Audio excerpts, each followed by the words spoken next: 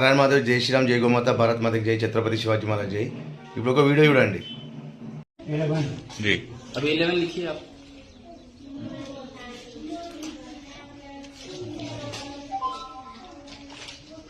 Spelling पढ़ते जाइएगा sir, एक बार दोहरा दीजिएगा स्पेलिंग को। बच्चों से बोलकर स्पेलिंग एक बार बताइएगा सर। AVENE। 11 ठीक है सर। 11 19 बताइए सर।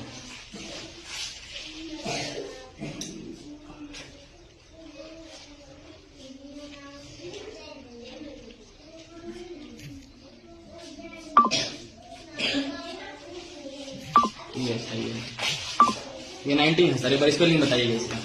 NINTHIN। यहाँ सर 11 जो लिखा है उसको अंक में लिखिएगा,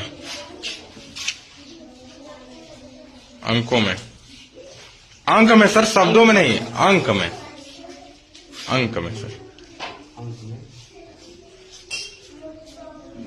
बच्चों को पढ़ाइए सर 11 का स्पेलिंग। 11 है AVAIVENE। 11 मीन्स 11। सर 11 में एल नहीं तो 11 कैसे हो जाएगा वो? कहाँ 11 का जो स्पेलिंग लिखा है उसमें एल कहीं नजर नहीं आ रहा है। చూశారు కదా, వీనికి ఏం వస్తలేదు।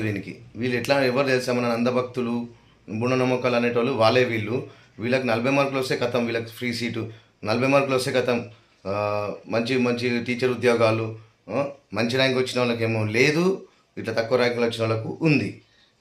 ఇంకా వీళ్ళే అంటారు, ఏమంటారు, చైనా జపాన్ మన పరదేశాలను మెచ్చుకునే రకం వీళ్ళు ముందుకు పోతుంది మనది వెనుక పోతుంది అని చెప్పి చాలామంది అన్నారు। చాలా వీడియోస్ కూడా మీరు చూస్తుంటారు।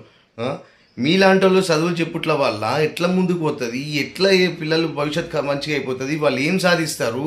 11 స్పెల్లింగే నీకు వస్తలేదు, ఇంకేం వస్తుంది నీకు ఎట్లా ఉద్యోగం కల్పించారో నాకు అర్థమైతలేదు। అసలు వీడు అసలు టీచర్గా ఉండడానికి అర్హత ఉందా లేదా మీరే చెప్పండి ఫ్రెండ్స్। జై శ్రీరామ్।